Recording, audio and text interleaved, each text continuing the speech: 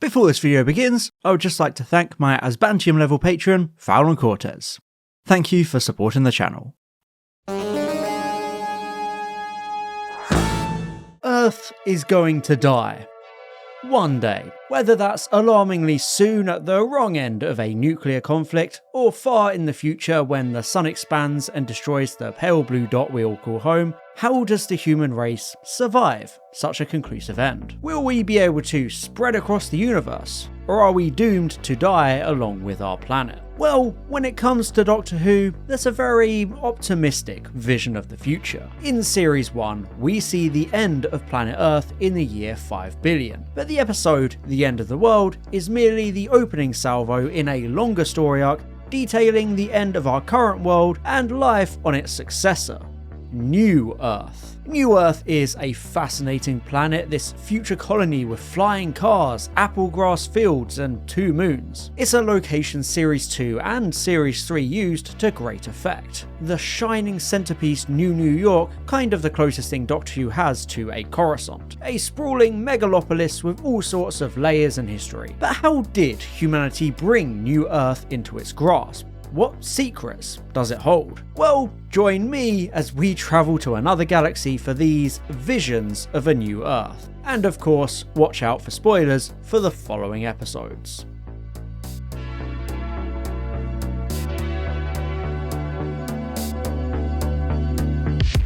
I love the very sci-fi idea of humanity spreading throughout the stars, not as triumphant explorers, but desperate refugees fleeing the consequences of our own mistakes, or escaping great calamity, like we see in episodes like The Ark in Space or The Beast Below. And that's the kind of thinking behind New Earth, which, interestingly, has its roots in much older Doctor Who media. The Book of the War introduces us to the Arcadians, a political movement in the distant future dedicated to remembering, preserving, and guarding human culture. Such Guardians are introduced in the first Doctor story, The Ark, where they're travelling to the planet Refusus 2, a promising home with the same atmosphere and temperature as Earth, a future we can very much imagine for ourselves. But something I find really interesting is how there was a split amongst the Arcadians. The Guardians sought these pre-existing worlds ripe for human settlers, whilst others sought to bend entire planets to their will by terraforming them, forcing them into becoming compatible for human colonists. These such planets are New Earths, a collection of nearly 28,000 such terraformed worlds, all sharing the same name. And I find that this really speaks to humanity's current nature of not needing to adapt to our surroundings when we can adapt our surroundings to us. After all, why go through the traditional struggles of acclimating to different gravity, developing cures for unknown natural pathogens, or navigating treacherous terrain when you can just shape an entire planet in the exact image of the one you're leaving behind? According to the Book of the War, the Arcadians vanished from the universe, but their work outlived them, especially in the form of the New Earth we find ourselves visiting in Series 2, which was founded by National Trust President Ezekiel Lethbridge-Stewart and his wife Dorcas Lethbridge-Stewart, because the Doctor Who universe is unreasonably tiny.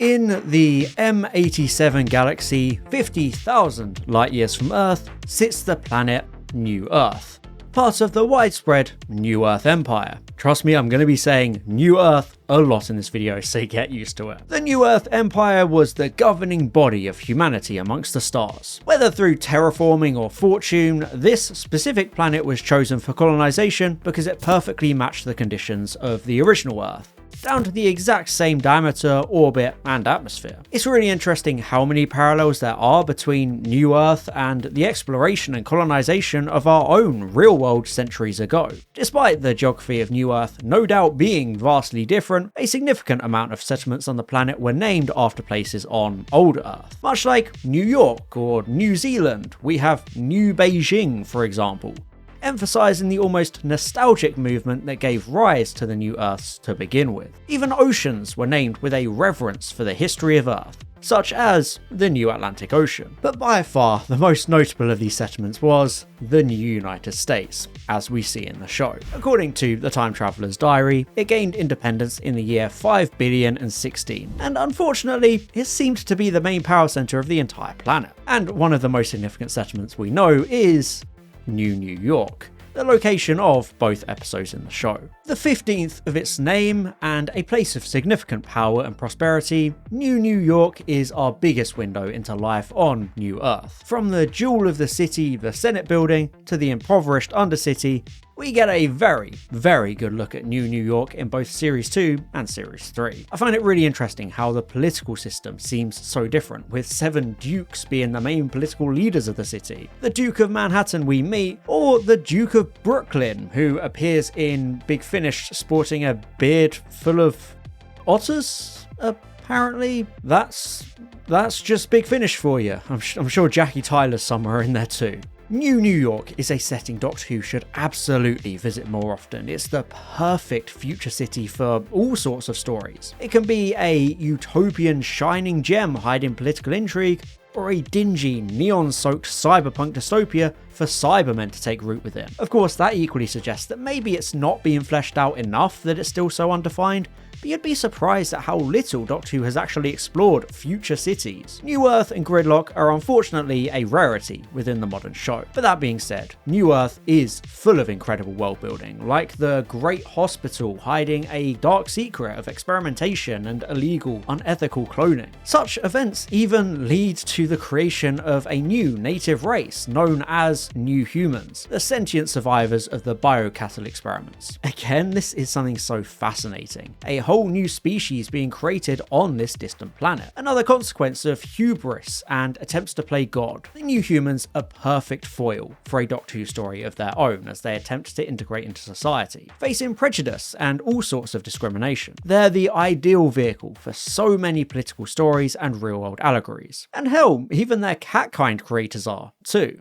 The Sisters of Plenitude, responsible for the creation of the New Humans, are a whole story of their own. Sworn to help and treat the sick, making them natural custodians of New York Hospital. Doctor Who is known for its memorable aliens, and surprisingly, just making cat people was enough to work here, even if it was their second attempt after the travesty of the cheetah people in Survival. The cat kind, or as they're officially known in universe, feline sapiens, were humanoid felines who evolved on the planet New Savannah in the Felinus system of the M87 galaxy. Hey, I never said it was exactly Shakespeare in charge of the names here. According to some brief throwaway context clues in the God Complex, the cat kind shared the planet with the carnivorous saber wolves, the natural predators of the cat kind. And the comic Agent Provocateur fleshes them out further, telling us that New Savannah was a difficult planet to live on, with humanity basically bailing out the primitive cat kind and saving them from certain extinction by forming an agreement to bring New Savannah into the New Earth Empire. Very much a case of, congratulations, you're being colonized. The deal gave the cat kind 260 years of autonomy before they'd become part of the Empire. But things went a little bit wrong and tensions rose. All catkind leaving the Earth Empire cities and growing to distrust humanity. They probably stumbled upon all those very weird Japanese visual novels about cat girls. However, despite potential war in the year 5 billion when New Savannah became part of the Empire, things clearly worked out as humanity and catkind learned to live in peace and even intermingle after all. Like we see with Thomas and Valerie Brannigan. Let's just hope that the catkind don't have the same barbed anatomy of real-world cats. Something I find really interesting about New Earth is the sheer amount of animal kind sharing traits with real-world Earth animals. The Secret of Novice Haim introduces us to things like dog kind, lion kind, spider kind, and mice kind. Such creative and inventive names. But it does make you question where such aliens came from. Did they all go through similar political processes to join the Empire? Did they evolve from their real-world counterparts after being brought to New Earth, intentionally or otherwise? It is fascinating to think about, especially since the same short features a little bit more ambiguous species like sparrowforms, heron folk, dolphin children, owl women, and hippopotamus guards, showing a vast and developed ecosystem.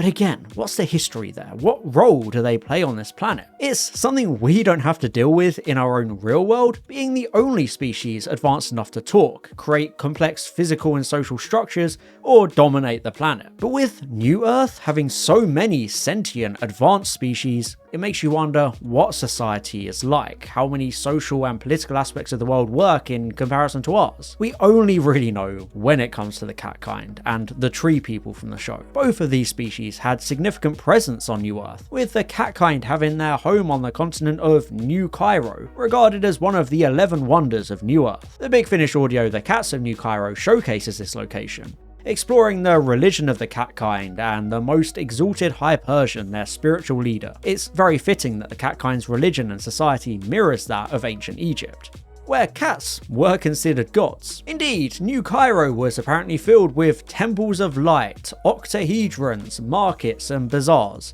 There were even scorpion kind and dromedons, intelligent camel-like nomadic creatures worshipping the cat kind as servants. Interestingly, a lot of cat kinds survived the Bliss Plague because of the octahedrons, and it makes you wonder just how many other societies and species managed to survive the plague and emerge to restart civilization, like we see at the end of Gridlock. Oh, and regarding the cat kind's religion, it was very elitist, them believing that they're the chosen ones, the elite, one step down from godhood itself. So I guess they feel the same as real-world cats too. I really appreciate Gridlock giving us Haim as a central character, the episode doing a lot to show just how well integrated catkind was in New Earth society. Haim's story is actually pretty bittersweet. She was born as a refugee of the so-called Mechanical Wars before being sold at 13 years old to the Sisters of Plenitude for 10 shillings, renamed after the cat god of the harvest, and then her family left her behind to become a novice of the Order while they got to escape. When we meet her in New Earth, she's caring for the face of Bo, a role that becomes her punishment for the biocattle experiments. Then, after redeeming herself in Gridlock, she went on to become a senator, vice president, and feline imperator of the New Earth Order. Haim is an intriguing character, one of those that the Doctor is able to inspire to become a much better and ultimately more historically significant figure.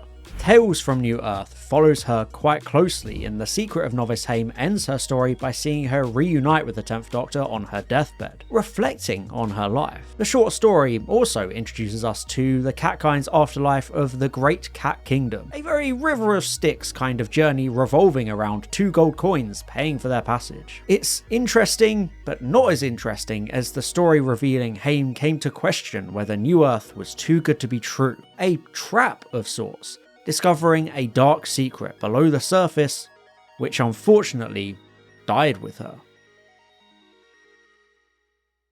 This concept is incredible, shining a spotlight on the suspicious nature of this seemingly perfect planet. It's very much one of those ambiguous things that exists to never be followed up upon, but it highlights how much of a fake paradise the setting is capable of being. After all, that's exactly what Gridlock is all about, the darker underbelly of New York. The Undercity is poverty-stricken, lower levels built under the city and filled with slums like Pharmacy Town, where those mood drugs were sold, ultimately causing the Bliss Plague that wiped out nearly the whole planet. However, the thing I like most about this contrast in the setting is the idea of the motorway. In New Earth, we see some fancy flying cars zipping about, but with planets and cities on that scale, it's interesting to think about how that kind of travel is regulated. The motorway is a great sci-fi translation of the real-world counterpart. Just a giant tunnel for everyone to zip through rather than crowd in the skies like we see in places like Coruscant. Well, in theory, at least. Since in the episode it's actually a dark, smog-filled and oppressive location, somewhere deeply lonely and isolating because of how long it takes to traverse in the wake of the Bliss Plague. I love how it takes the concept of being stuck in traffic and amplifies it to this extreme extent to make it such a distant sci-fi setting that actually feels much more relatable to us.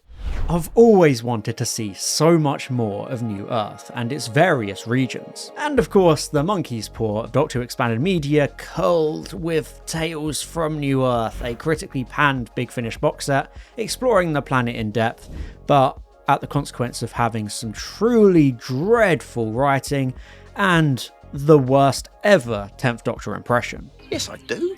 He's a popular comedian from the north of England. The box set follows Devon Price, a second-generation new human who starts working with Senator Haim to investigate the Lux Corporation controlling Lumen robots. The box set introduces President Grosstest of the Great Parliament of New Earth, the implication being that she's in charge of the whole planet, and in true world leader fashion, she's corrupt and working with the bad guys to reshape and rebuild New Earth as part of a villainous plan. Funnily enough, this came out long before the 2025 episode Lux, but the villainous Lux shares a godlike status, claiming to be the oldest dominant force in the universe, using the Lumen like Cybermen. Hey, it's the closest to a New Earth Cyberman story I'll ever get, so I'll take it. The box set also fleshes out the land and skies of New Earth, expanding upon the tree people living on the continent of the New Forest. No, not the New Forest. It's just the one new, actually. Death in the New Forest explores this location extensively, made from entirely natural materials and advertised as a safer and healthier place to live than New York. It seems like the tree people have lived here for quite a while. They even have a land struggle against the indigenous termitons, 8-foot tall termite people with mounds rivaling skyscrapers. So, you know, if you've got a fear of termites, enjoy that vision. There's a lot of good old racism between the two species, with the Lux stoking the flames to wipe both out at once. We get a good look at the spirituality of the tree people, and it's a story all about the realistic kinds of geopolitical tensions and racial struggles happening on New Earth, despite its utopian exterior. And I'm sure there's definitely, in no way, shape or form, any possible ability to compare it to any ongoing conflicts in the real world right now. Definitely not. That's what life was like on the ground. But the skies had their own ecosystem, which we discover in the aptly titled Skies of New Earth. Birds have evolved into bird kind, living in giant nest cities a mile wide and floating high above the ground. A mile isn't actually that much for a city. Even the humans have developed sky cities like New Calum, which hovered directly over the magnetic pole of the planet. And I love this. Ever since I saw Cloud City as a child, I've adored the idea of massive floating cities within the clouds, ambitiously reaching towards the gods in defiance of their power. The sky settlements are the perfect breeding ground for more parallels to our own real world. The audio exploring the exploitation and depletion of natural resources as the Cloudburst project seeks to mine the ice clouds for energy, threatening the cloud-like frozen tundra home to sky penguins and solar bears, the latter of which are giant talking bears who draw energy from the sun itself.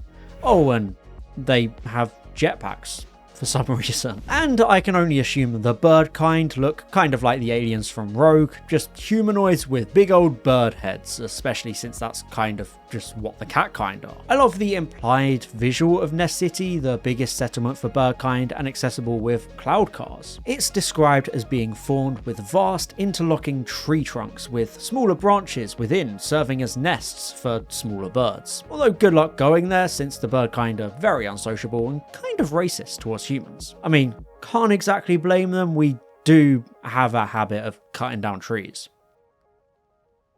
And lastly, before we leave this futuristic gem of storytelling, I feel like I have to mention the Testimony Foundation, founded on New Earth by Professor Helen Clay. As we see in Twice Upon a Time, the organisation and initiative was designed to allow the dead to give an account of their lives for future generations to learn from. It's almost symbolic of how the planet itself was founded and colonised as a nostalgic movement to recapture the magic and relive the memory of our pale blue dot. The sheer power and abilities of Testimony show just how advanced New Earth really was as a society, having the ability to time travel and preserve all these memories within their glass avatars. Safe to say, it's not exactly cheap or easy to do. Interestingly, Testimony was established in the year 5,000,000,012, meaning it predated both the events of New Earth and Gridlock, which raises just a couple of questions. How long did it operate for, if you can even measure that because of the time travel stuff? Was Professor Clay one of the many victims of the Bliss Plague, ironically having no one to take her own testimony? Did the technology remain just abandoned? You know, it was a ship, so